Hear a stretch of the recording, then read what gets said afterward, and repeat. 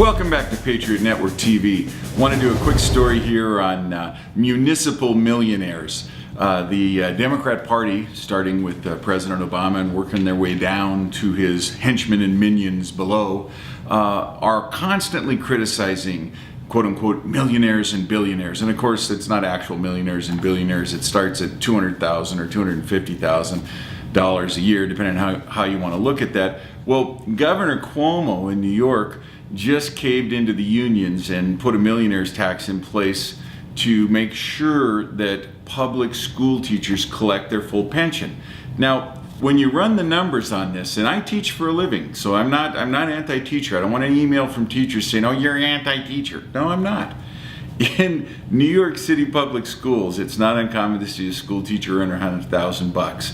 You can go to work at age 22, work to 55, and retire at 55 with a pension of $60,000 a year.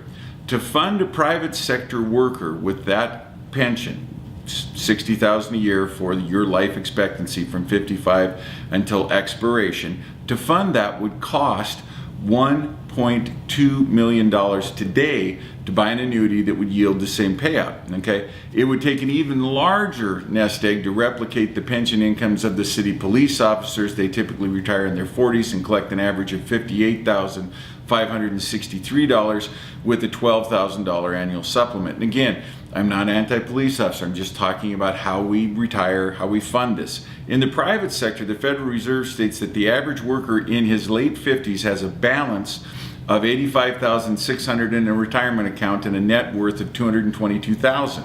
So if you do a little quick figuring here, you find out that the smartest people in the world, and I always knew this because I'm a teacher, the smartest people in the world are school teachers because they are going to yield such a great retirement. Now, you can read Dr. Briggs, the great statistician, who has published endless articles on how school teachers are not undercompensated, and if you look at their retirement payout, their expected life value of their retirement payouts, you find out that they're not undercompensated. In fact, you can make a strong case they're overcompensated.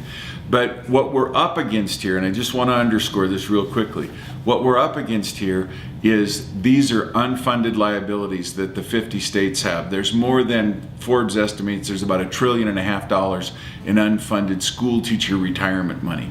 There's another $1.5 trillion in unfunded firefighter and police officer liabilities for those pensions. You want to start considering who are the millionaires. Is it the people who've gone out and created jobs in the private sector? And even if they did go out, create jobs in the private sector and create growth and amass a quote-unquote fortune, is it appropriate to come after them for the $1 million retirement of a public school teacher or a firefighter or a police officer because they created jobs? It's time to start asking real questions about how we fund the provision of benefits for every single public employee. And the idea that we've done in the past, the way that we've made it this unfunded liability that'll be paid for later on, is unsupportable. Or to use my favorite Green phrase, it's unsustainable. So financially, we need to start looking at some real tough realities.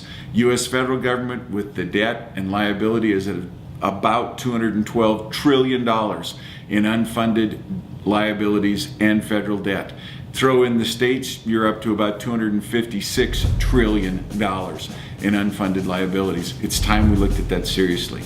God bless you. God bless the United States.